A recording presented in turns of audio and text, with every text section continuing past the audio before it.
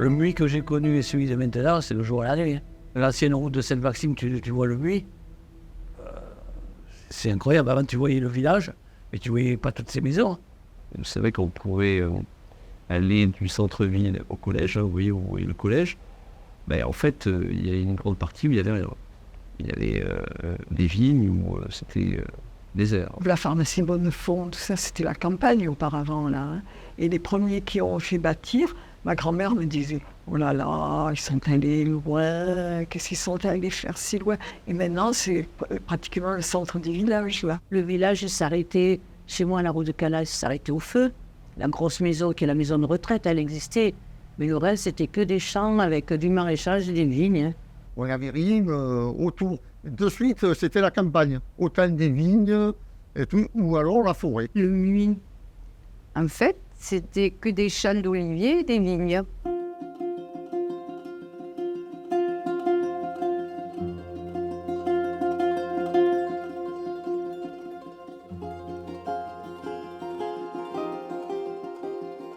Le Muy vivait de vin et maraîchage. Il avait plein d'argent, il y avait beaucoup de cerisiers, pêche et de maraîchage. C'était que des arbres fruitiers, pratiquement. Il n'y avait que des pêchers, des cerisiers. Toute la vallée du Réran, c'était que des champs de pêchers, de pommiers, de tout plein d'abricotiers, tout ça, c'est que ça. Il y avait quatre expéditeurs ici qui expédiaient les fruits. Il n'y avait que de ça, hein. La vigne et les fruits. Hein. Et quand on était petit, on allait chaparder. On montait dans les cerisiers, on grimpait partout, et puis, ça me plaisir, hein. Donc il y avait la cueillette des pêches, on pouvait s'arrêter, même à Draguignan. On s'arrêtait sur, ils avaient le petit banc, là, on s'arrêtait, on prenait des pêches et qu'eux venaient de cueillir, voilà. Presque tous les habitants avaient un petit lopin de vigne. Les gens faisaient leur vin. Dans tout le Muy, tout le village faisait les vendanges. Ils sortaient à la main, ils taillaient à la main. Les vendanges, ils faisaient le cheval. Et on attelait les griffes sur le cheval et les gens, ils labouraient en marchant derrière.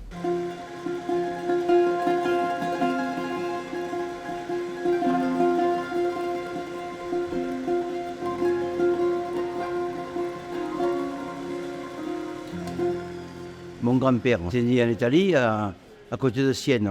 En 1922, en Italie, il y a eu le fascisme. Et tous les bons ouvriers, après nous, ils sont partis à cause du fascisme, des chemises brunes, c'est ça. Et mon père est né au Muy en 1925. Il était maréchal ferrant. Il était apprenti chez M. Raoul Barré, rue Carnot. Il a commencé, il avait 14 ans, et moi aussi. Quand les chevaux sont partis, on est reparti en forgeron. Ils ont fait ferronnier, voilà. Tout le monde avait son cheval dans la remise. Et les chevaux, ceux qui avaient les chevaux là sur les allées, ils allaient boire à la fontaine tout seuls, quand ils avaient soif. C'était pas dehors du village, hein. C'est dans le village. D'ailleurs, on voit certaines maisons, un anneau dans la façade, c'était pour attacher le cheval. Les tracteurs ont commencé à apparaître dans les années, moi je dirais dans les années 60, 62, 63 à peu près. C'est pas tout le monde qui pouvait se permettre d'acheter un tracteur.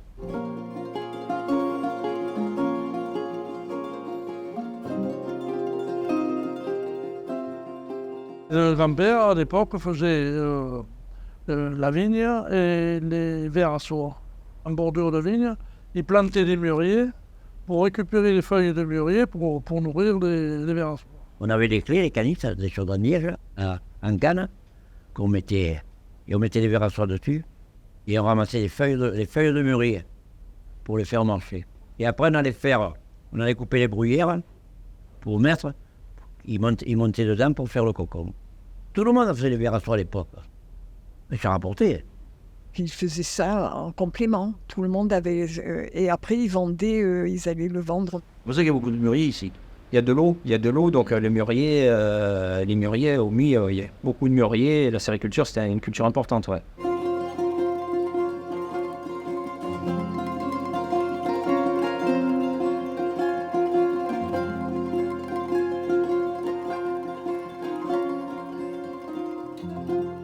Le patrimoine du Muy, eh bien, c'est un grand élément, c'est les canaux d'irrigation, parce qu'on le trouve nulle part ailleurs. Dans le village, il y a plein de rivières souterraines, plein de canaux souterrains qui, d'abord, toutes les maisons du village ont pratiquement un puits. Ce sont comme des petits ruisseaux qui sont plus ou moins grands. La plupart des canaux prennent la source sur la Nartubie, puisque l'argent est en bas dans la vallée, et ils traversent pratiquement le Muy dans tous les sens, quoi. Au 19e siècle, ils avaient fait, si vous voulez, une zone industrielle via un canal qui était pris sur la Nartubie, le quartier de la fabrique, des fabriques. Il y avait des moulins pour utiliser la force de l'eau.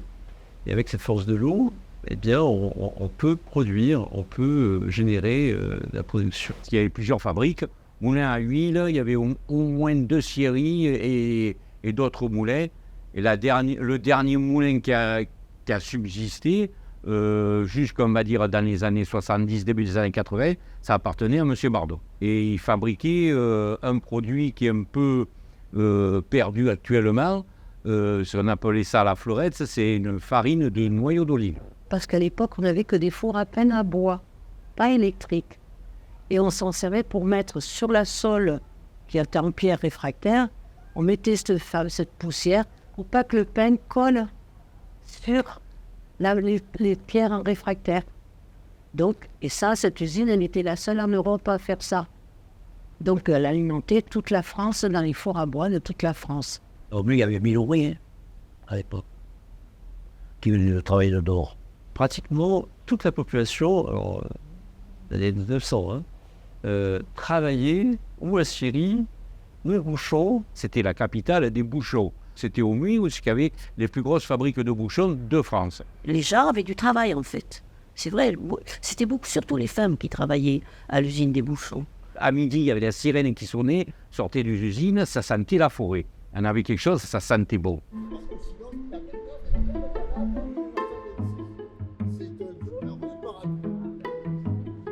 On est devant la fabrique de bouchons de Mutte, frère, 1895. Comptez les hommes qui étaient au travail là.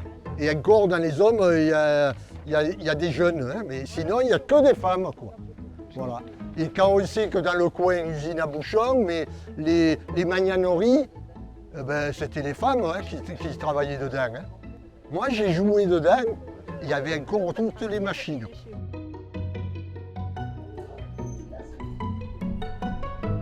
Tout le monde se connaissait, tout le monde se parlait.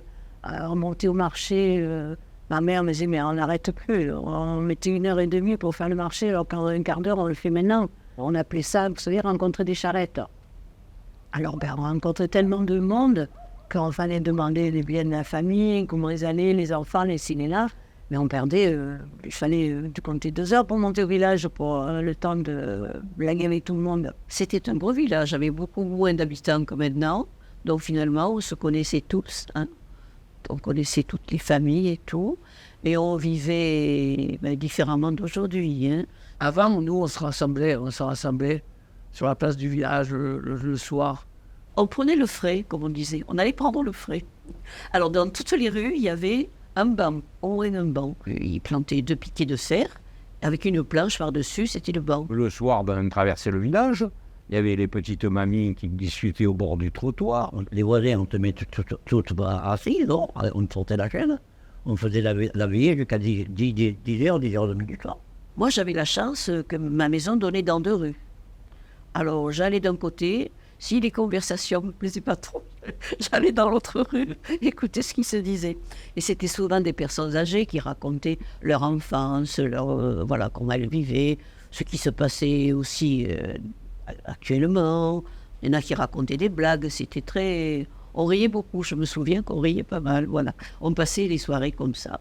On vivait dans la rue, hein. On n'avait pas le confort comme maintenant, on n'avait pas la télé, on avait la radio. À midi, on écoutait la famille du raton. et Jeanne Souza sur le banc. On a quand même passé devant les vieilles cancanières là, qui étaient habillées tout en noir. Là. Il y avait toujours des petites piques, c'était en provençal. Le provençal, il a été interdit, on n'avait plus le droit de le parler. Donc, plus ou moins, ça se parlait, parce que les vieux, on ne peut pas leur obliger de ne pas les parler, eux, ils parlaient que comme ça. Mon arrière-grand-père s'était battu avec un copain de classe. Il s'était disputé en provençal. L'instituteur avait porté le paix chez les gendarmes sont venus voir mon arrière-arrière-grand-père. Il dit, monsieur Chave, vous allez faire 3 jours de prison parce que vous avez parlé provençal au petit.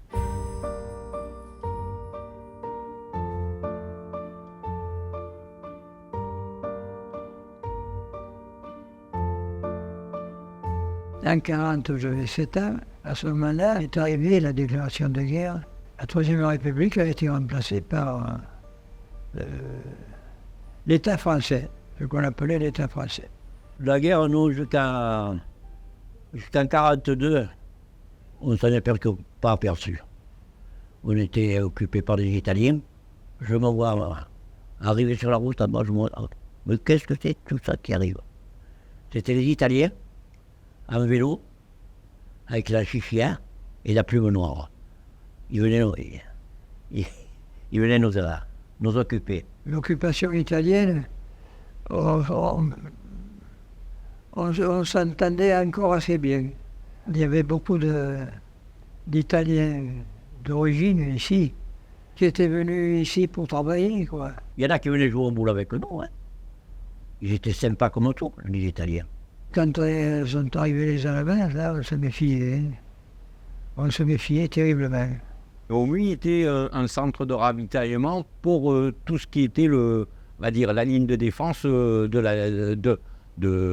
bord de mer. Il y avait le commandantour, il y avait le garage. La maison de mes parents, on a une cour privée, c'était un hangar où ils mettaient les véhicules allemands. Les Allemands, ici au Aumy, il n'y en avait pas 10, 20 ou 30. Pour un petit village de moins de 30 000 habitants, ils étaient quand même entre 600 et 800. On faisait attention. On ne se regroupait pas à 4 ou 5. Hein.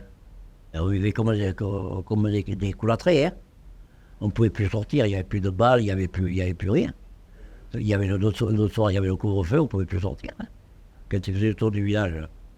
Si vous aviez seulement dans la maison une bougie, juste pour vous éclairer, hein. Si vous voyez la lueur, il vous tirez un coup de fusil à la fenêtre. Dans la rue qui est derrière chez moi, il y a encore, depuis la guerre, les impacts de balles dans le volet. Les tickets de rationnement, là, dans les années 40 jusqu'à 48, qui avaient les points, les tickets, et puis... bon. Alors ça, c'est celui de mes grands-parents. Pour les vêtements, là, et articles textiles. Alors là, pour les denrées diverses, je vois fromage, et puis denrées diverses, tout était contrôlé, quoi, en fait. Hein.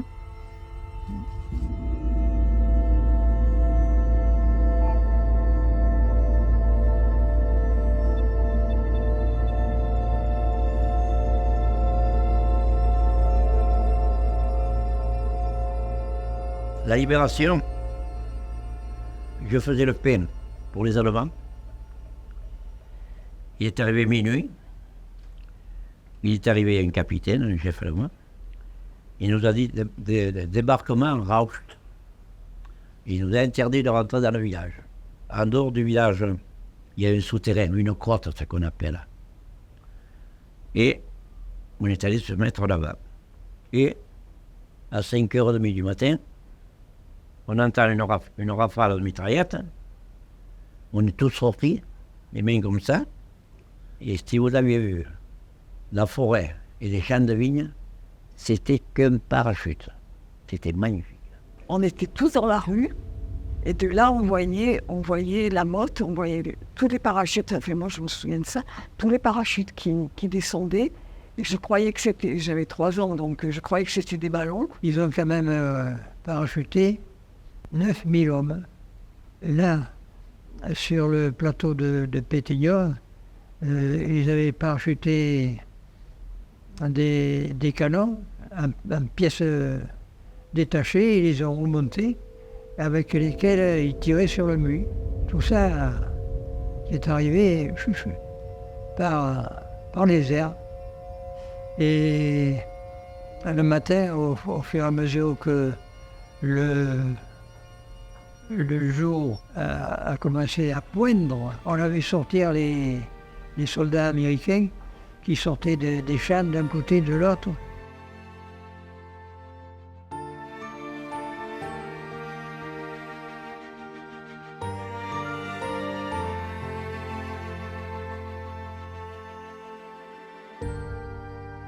Et ils ont récupéré des carrioles, des charrettes, pour récupérer le matériel qui avait été parachuté. Ils ont pris la charrette de mon grand-père, le cheval de mon grand-père. Ils ont chargé la caisse de munitions sur la charrette et plus de cheval, plus rien. Et l'anecdote, c'est que 3-4 nuits plus tard, c'était au mois d'août, il faisait chaud, mon grand-père, il entend tac, tac, tac, tac, de Valbourgès à 3-4 km. Le cheval, il connaissait son chemin, il est revenu tout seul. Mon grand-père s'est levé, il lui a donné son orge à boire. Ça, c'était la nuit de la libération, ça. Ouais. L'après-midi sont arrivés des planeurs, les célèbres Waco, là. En principe, il y avait 6 personnes là. Il y avait le pilote et le copilote et 4 soldats dans une Jeep. Croyez-moi qu'ils étaient comme les sardines dans une boîte, là. Pareil. Ma grand-mère, elle a pris ma tante, mon père. Ils ont été se cacher dans un trou, un endroit où il y avait une source. Ils ont été se cacher parce que ça bombardait, ça tirait. Les Allemands ont essayé de résister un petit peu, mais ils sont restés coincés. Il y en a un qui s'était réfugié dans le clocher, et à partir du clocher, il tirait sur la population. Il y avait eu un accident, il y avait une dame qui avait reçu une balle alors qu'elle était couchée dans son lit. Donc je me souviens que avec maman et ma grand-mère et un de mes frères, on se mettait dans les angles de la maison, dans des pièces. On a poussé à l'époque les meubles contre les murs et on a mis des matelas par terre et pendant 2 jours, on a couché sur les matelas. Ils se sont battus un jour, le 15 août, et le 16 août au soir, et ils se sont rendus. À 11h30, il est arrivé l'officier canadien, il nous a dit, vous pouvez rentrer dans le village est libéré. Et quand on est rentré dans le village, les Allemands, ils étaient tous restés prisonniers au milieu des allées.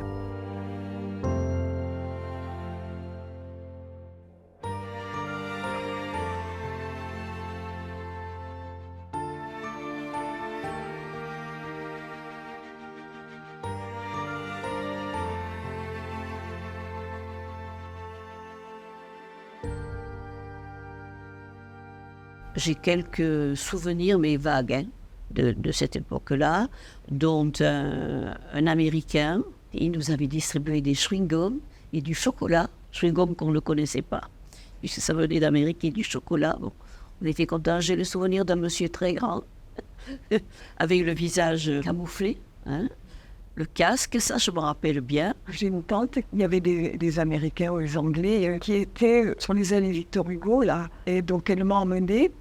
Et il y en avait un qui était, je pense, camouflé. Et il a mis la main à sa poche et il m'a donné une orange. Je suis rentrée avec cette orange, j'étais ravie.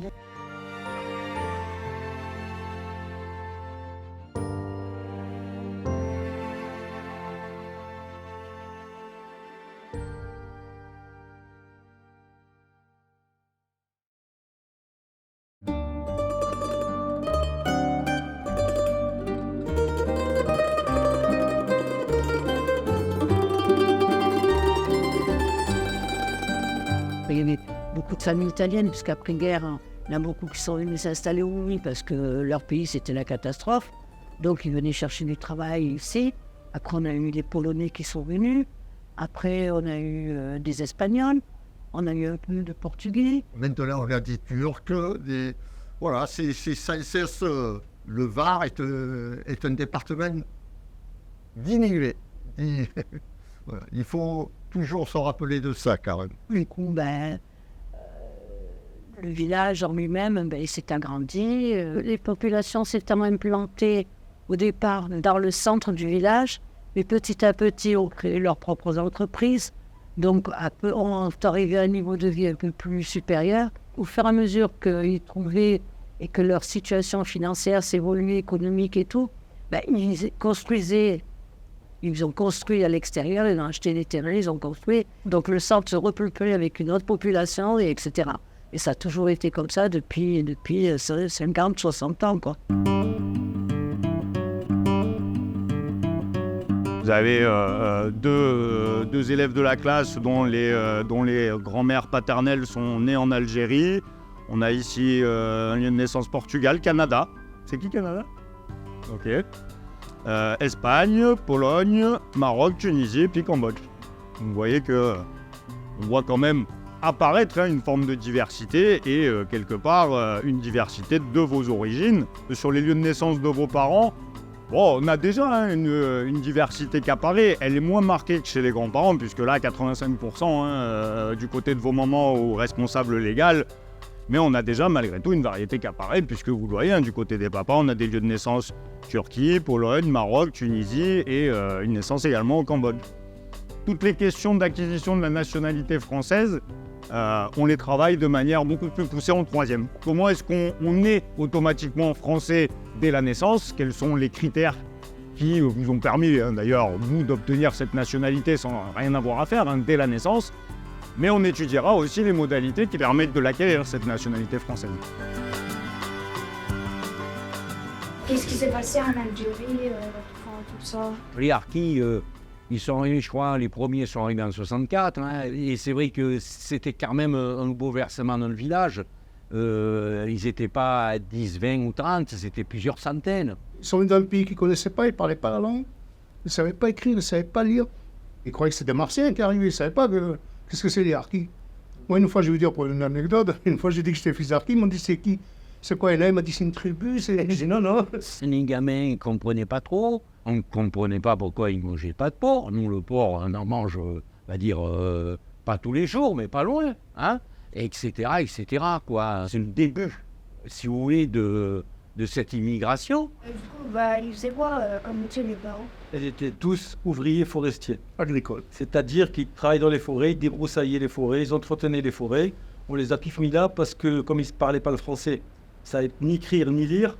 Donc, on les a fait faire un métier manuel et on les a tous mis ensemble pour qu'ils n'aient pas la nostalgie du pays qu'ils ont quitté. Il y avait 43 familles. Et les baraquements, je ne sais pas. C'était peut-être entre peut-être 200, 250 au début, puis à la fin, c'est peut-être monté à 500 personnes en tout. On vivait en communauté. On a quitté l'Algérie, on s'est retrouvé avec un petit coin d'Algérie là-haut. Parce qu'on est tous pareils, les mêmes coutumes. On faisait la galette dehors dans le four, on faisait les mariages entre nous. Quand il y avait mariage, on était tous invités, les baptêmes pour les garçons. Moi, mon constat, c'est que quand même, là, on a l'État à l'époque les a malmenés, s'est très mal comporté. Parce que, ils étaient réfugiés ici, ils avaient pris parti de la France, et après, ils n'ont pas du tout été considérés. Parce qu'au lieu de les intégrer dans le village, de les mettre à côté, on est allé le mettre au Bélugue, qui était à presque 1 kilomètre du village. Et comment voulez-vous intégrer des gens en sachant qu'on ne les voulait pas dans le village? Et puis dans des conditions et des préfabriqués. Au départ, l'eau courante, c'était dehors. Pas de chauffage, un poêle, etc., etc. En plus, ça avait un gardien qui empêchait les gens d'aller là-haut. C'était un truc vraiment comme s'ils étaient mis à l'écart. Donc ils appelaient ça le camp. C'était à peu près à 2 km du village. Donc d'ici, ça devait être à peu près à 3 km. Et les trajets se faisaient à pied. Pour aller à l'école, on venait à pied, qu'il pleuvait, qu'il neigeait, qu'il faisait froid. Et ils venaient à l'école avec nous. À un moment donné, on est bien obligés, quand on jouait à l'école, les filles jouaient à la marelle, nous on jouait aux billes ou aux osselets. Dans ma classe, on a été tous des amis là-dessus, avec beaucoup de copains d'origine harki. Nous, on allait à l'école, on n'avait pas de différence. À part, on n'avait pas la plus belle trousse d'école, pas le plus beau cartable. Des fois, on était habillés un peu bas. C'était par rapport aux moyens. Mais ça, c'est de partout, c'est pareil. Il n'y a pas que nous qu'on est comme ça.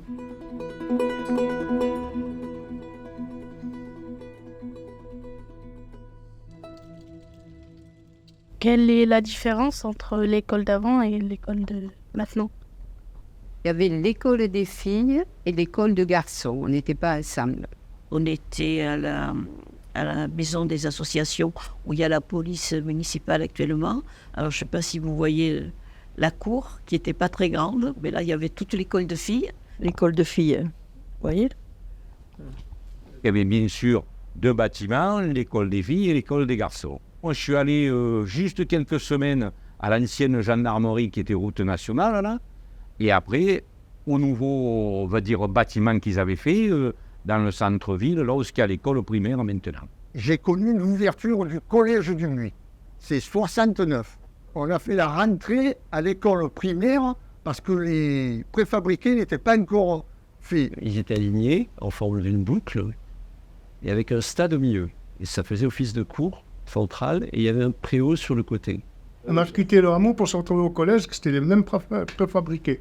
Les ont de la chance, les jeunes, c'est du solide, du dur, chauffage et tout. À l'époque, on remplissait le poêle à mazout, chacun son tour, les élèves, pour chauffer la classe. Et il faisait froid. Hein. Et après l'été, il faisait chaud. À l'école, on y allait à pied, qui était assez loin, on marchait, par n'importe quel temps. Et ça, depuis la maternelle. Depuis la maternelle. À pied, la maternelle, dis-toi, à 3 ans, tu marches de chez toi, tu marches 1 km, 1 km et demi, aller, retour, 4 fois par jour. Quand on rentrait dans la cour, on se mettait 2 par 2, le maître d'école, il vous regardait les mains, il vous regardait derrière les oreilles, il est souliers. Si vous étiez sale, les souliers pas tirés, le cartable à la maison. Quand on était à l'école, il ne fallait pas qu'on les ame plus que l'autre. Hein. Et c'était la maîtresse qui parlait et nous, on faisait que se taire. Il ne fallait pas qu'on rebique quoi que ce soit. Moi, il y en a une qui n'aimait pas mon père. Elle me donnait quand même des coups de règle sur les doigts. Bon, c'était pas fréquent, ça, hein, mais ça arrivait quand même. Voilà. Il venait le maître, il vous faisait mettre les doigts comme ça, et bam, un coup de règle, sans ligne. Et ça m'est arrivé une fois, j'ai ramassé 50 lignes.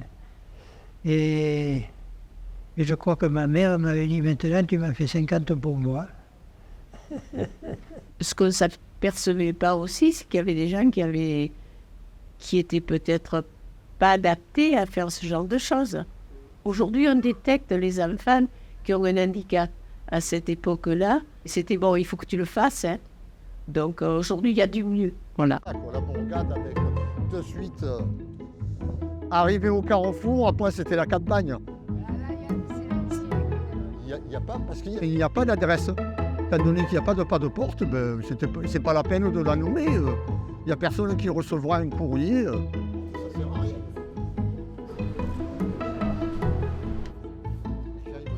Et les WC municipaux, ben, ils servaient aussi. Pas tout le monde avait les toilettes. Et les gens, j'ai le souvenir, on partait, pas moi, mais on partait avec la clinette vidée. Dans tous les quartiers, il y avait des fontaines. Pas tout le monde avait l'eau, donc pas les toilettes, mais pas l'eau. Allez, on continue. On a du chemin encore. Les femmes tricotaient beaucoup. Et ma mère me faisait des robes en tricot. On économisait tout, il ne fallait pas gaspiller. Hein. Et j'aimais pas, parce qu'il y avait déjà, comme vous, d'autres personnes, d'autres filles ici avec des plus beaux habits. Je disais à ma mère me disait, je peux pas, je te fais les affaires, je peux pas. C'était après la guerre. Il y avait des magasins, il y avait 2 magasins de prêt-à-porter au Muy, mais on achetait là. Et c'était assez cher pour les ouvriers, quoi. Quand on nous achetait un vêtement neuf, on le mettait le dimanche pour aller à la messe. On était habillés à Pâques, à la Noël, aux grandes occasions, mais on n'achetait pas d'affaires autrement, comme on achète maintenant. Il fallait faire attention, ne pas faire de bêtises, pour ne pas trouver les pantalons pour les garçons et pas s'accrocher à quoi que ce soit pour les filles.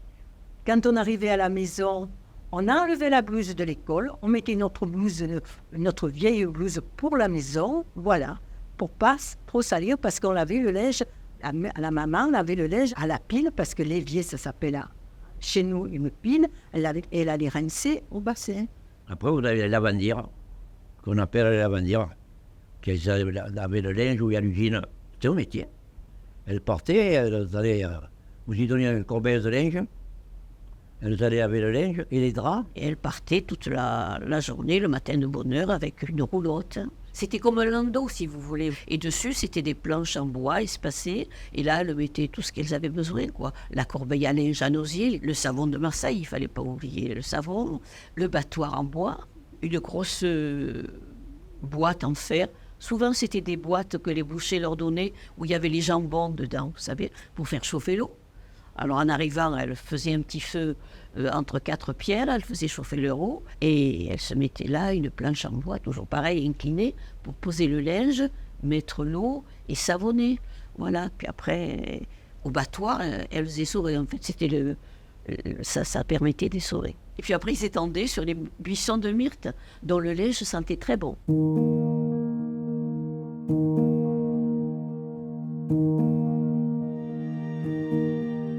Quand vous étiez petit, par exemple les week-ends, les vacances, qu'est-ce que vous faisiez de votre temps? Pour les vacances, pour les loisirs, c'est pas évident. Donc on faisait entre nous, on s'arrangeait, on fabriquait des jouets.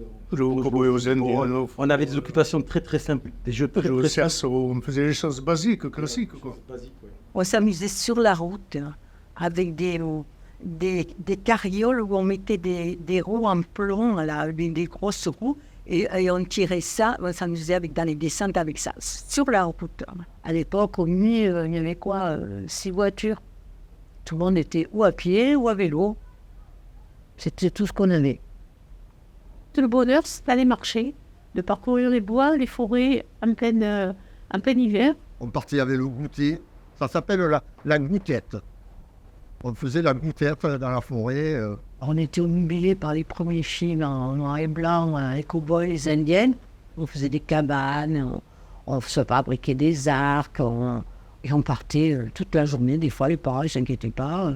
J'habitais le centre-ville, mais il y avait une lieu dit Saint-Pons, qui fait partie de la commune de Muy. Et là, il y avait une petite bande dont je faisais partie. Et on avait des boucliers, des lances. Voilà. Il y avait des batailles rangées carrément. Batailles rangées entre les gens du village et ceux de mon quartier. Des fois, il y en a qui se faisaient prisonniers, alors on l'attachait à un mûrier. Et la séance de torture, c'était de le mettre tout nu devant les filles. C'était un peu la guerre des boutons. Ça a duré quand même quelques années, cette histoire.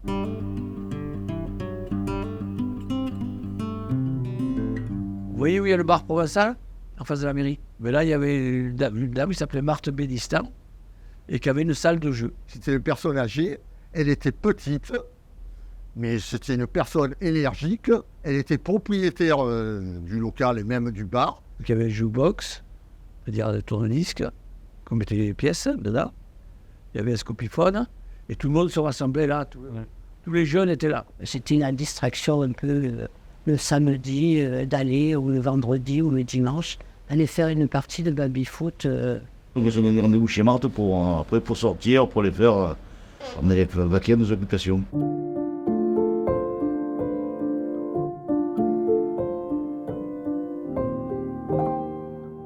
Est-ce qu'il y avait des fêtes locales au Muy? Au Muy, il y avait une très très belle fête avant. Hein. D'abord, elle y est toujours. Il y a toujours une belle fête. Il y a 5 jours de fête au Muy. Ça s'est toujours tenu pratiquement sur les années de Victor Hugo. Le bal était en bas sur la plage Jean Jaurès. C'était des grandes fêtes, c'était. Elle a duré 5 jours, hein, du vendredi au mercredi. Hein. C'était le premier dimanche de septembre. On l'appelait Notre-Dame. Juste avant les vendanges. Donc les agriculteurs et tout ça, ils prenaient juste les quelques jours de la fête parce qu'après, les vendanges souvent attaquaient après. C'était un événement. La fête du village, c'était au mois de septembre, il y avait énormément de monde. Il y avait plein de manèges, les chevaux de bois, les autotamponneuses. On achetait les sushis, les pommes là, enrobées de sucre rouge, les pommes, vous savez. Mon mari tenait le manège et moi, j'avais une petite, si on peut appeler ça, une petite confiserie juste avec une crêpière et une barbe à papa. Je connaissais beaucoup à cette époque-là, beaucoup de personnes qui venaient nous voir, ne serait-ce que pour parler, même pas ni pour monter sur le manège, ni pour manger, mais pour parler. Et au fond de la place des Allées où il y a le marché, mais la place du fond, là il y avait le bal. Il y avait bien sûr des gens de tous les villages à côté qui venaient, et en arrivant sur la place, il fallait se pousser. Il y avait plusieurs milliers de personnes. Et il y avait des orchestres magnifiques à l'époque. Le dernier jour, il y avait toujours un aïoli. C'est tous les retraités du Muy qui faisaient ça. Dans le four, dans L'aïoli, on le faisait dans le pétrin du boulanger de l'époque, qui était M. Tamani. Et ça a duré, on va dire, jusque dans les années 70. Est arrivé l'effet disco avec les boîtes de nuit. Les jeunes ont commencé à se désengager de ces éléments-là, hein, moi le premier. Hein.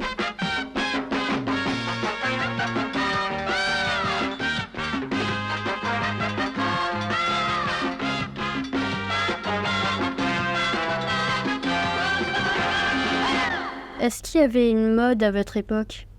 On avait commencé à avoir les jupes aux genoux, alors qu'avant, on avait des jupes qui étaient quand même à mi-mollet.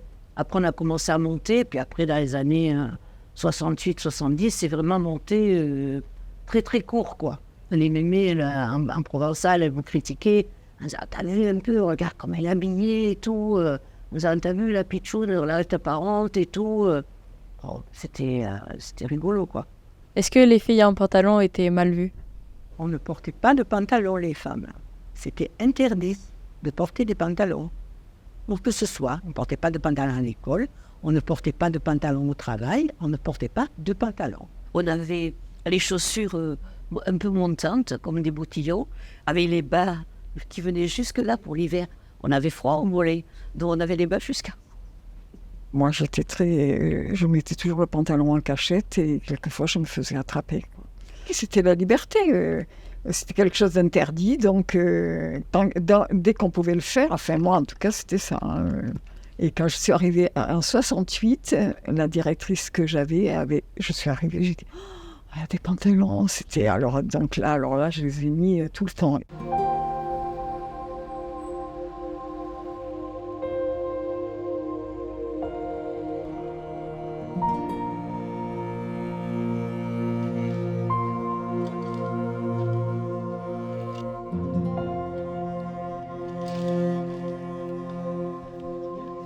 Maintenant, il y a les Carrefour, Super U, tout ça. Mais avant, il y avait quoi comme commerce? Il y a 50 ans, le Muy, c'était un petit village avec plein de commerces. Tout le long, maintenant, vous voyez fermé, tout le long, il y avait des commerces. On n'avait pas besoin d'obliger du Muy, on avait tout ce qu'on voulait. On achetait le litre de lait en bouteille, il fallait ramener la bouteille de consigne. C'était tout ce qu'on voit maintenant dans les films, on l'a vécu, quoi.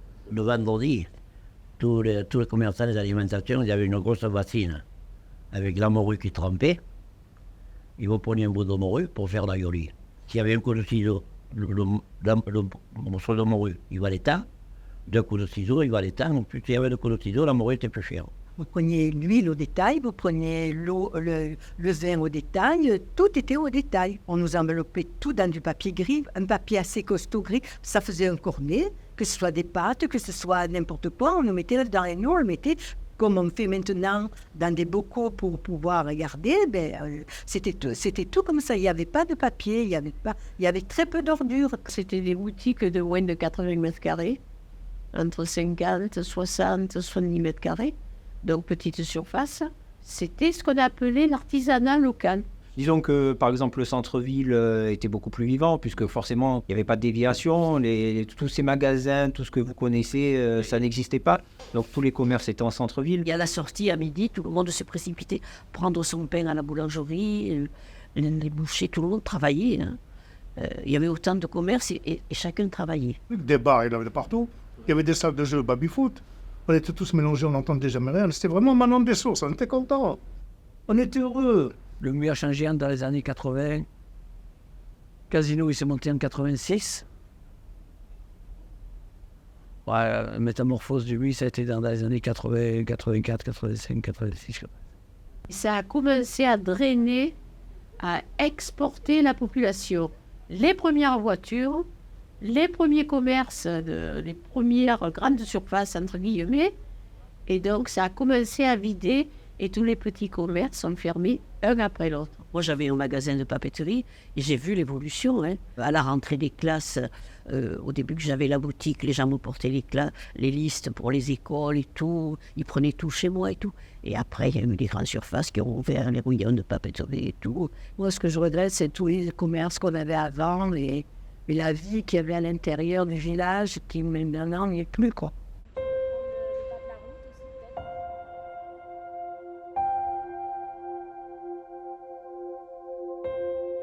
Les premiers immeubles qui se sont construits, c'est des immeubles à côté du garage Total, les gros immeubles. Là. Beaucoup de gens sont venus s'installer au MU, pas qu'au MU, mais dans toute la région, puisque le département, tous les 10 ans, il double presque de population.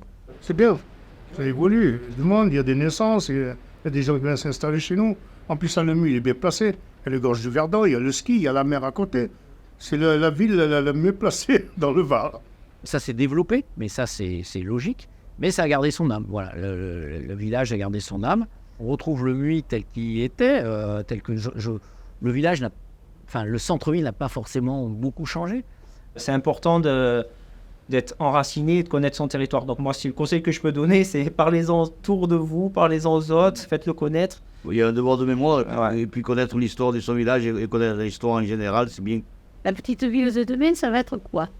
Mais ça va être ce que vous en ferez, vous, les jeunes. Vous choisirez le mode de vie, un mode de vie qui, aujourd'hui, d'après moi, n'existe pas.